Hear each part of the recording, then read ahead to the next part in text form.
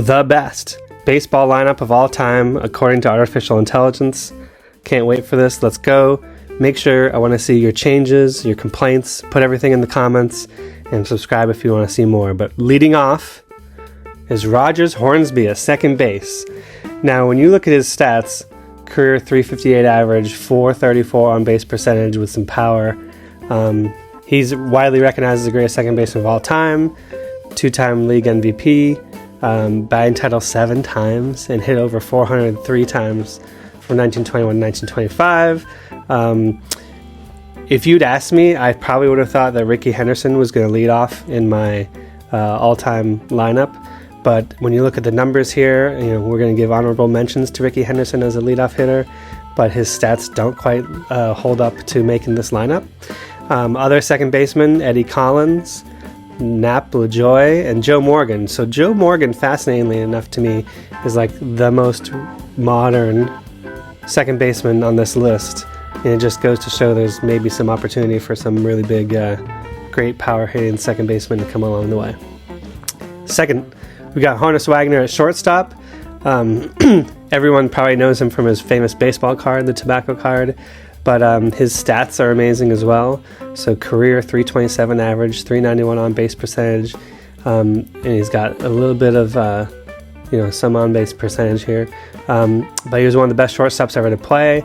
Led the Pirates to 2 World Series, and he was also a prolific base stealer, stealing 722. So we've got a good option here. Honorable mentions for shortstop: A-Rod, Cal Ripken Jr., who's the Iron Horse, right? Is that what they call him?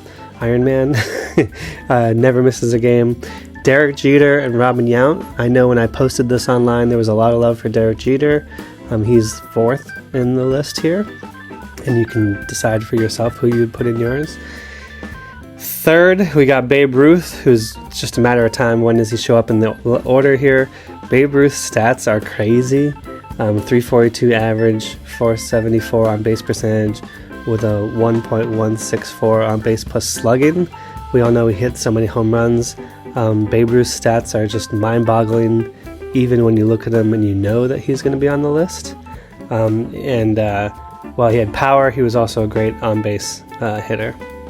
Honorable mentions, and then the outfield, because we can have 3 outfielders. This is like the 3rd tier of backups. So Al Kaline, Joe DiMaggio. I know a lot of people have some love to put him in here. Tris Speaker, Carl Yastrzemski, and Mr. October himself, Reggie Jackson. That's sort of the 3rd tier of backup outfielders. 4th here in our DH is Barry Bonds. And I know this is a bit controversial with performance-enhancing drug allegations and so forth, but 1, I love how modern a hitter he was to make this list, and 2, I know by watching him he was just a dominant force in baseball. And if you told me, picking the all-time lineup of all time, that I would get Barry Bonds' stats to go along with him, he's an obvious no-brainer in the lineup, and I like that he's batting in the cleanup spot here. Honorable mentions. So AI initially gave me Frank Thomas as the best designated hitter, and then I reminded it could pick anybody, so it moved Barry Bonds to DH and picked another outfielder, which I'll show you in a few minutes. But it chose Frank Thomas as the best sort of career designated hitter, followed by Edgar Martinez and David Ortiz. So when you include everybody possible, including other outfielders, not just designated hitters of the more modern era where that came along, these DHs don't quite make the cut. You can see they're a long way from Barry Bonds' stats. If you're getting some good value out of this, please give us a like and subscribe here at Sports Cards Edge. Our goal is to help you make money with sports cards, and we also love talking baseball. Number 5, we got Lou Gehrig at first base, hitting the 5th spot here. Career .340 batting average. He's got a good on-base percentage, good home run, got some power. Played his entire career with the Yankees, iconic duo when he played with Ruth. As we all know, he was diagnosed with ALS in 1939. He passed away just 2 years later at the age of 37. Unfortunate career, cut short. He did have to stop playing baseball because of it. But even in his time playing, Lou Gehrig makes the all-time list here, obviously at first base. Some honorable mentions are Jimmy Fox, Rogers Hornsby, Albert Pujols, Cap Anson, and Johnny Miz. Mize. All right, batting sixth, we got Ted Williams in the outfield. Ted Williams is great. I was fortunate enough to be a Red Sox fan growing up, know a lot of the lore of Ted Williams. He was the last player to hit 400.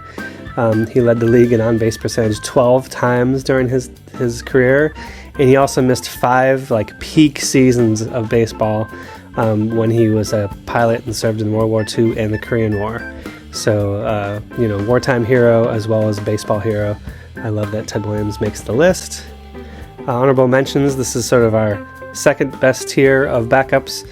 Ken Griffey Jr., Frank Robinson, Mel Ott, and Roberto Clemente. Hank Aaron comes in number 7. When I really dig through this lineup, he looks like sort of a second cleanup man to me in the way that AI did this lineup. So while I thought about having him move up, when you look at getting Lou Gehrig and Ted Williams on base ahead of him as sort of a second cleanup after Barry Bonds, this kind of lineup makes sense.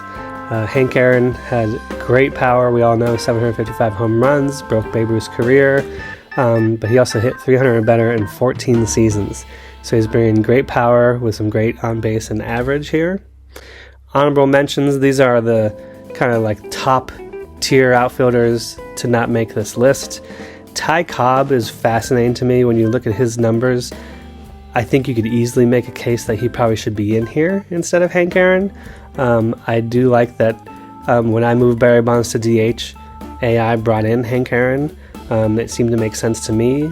Ty Cobb is probably the biggest snub of this lineup, followed by Stan Musial, Willie Mays, and Mickey Mantle. I know a lot of people in the comments when I posted this on YouTube Shorts had a lot of heart for Mickey Mantle. He is 4th to our backup list here, making the outfield.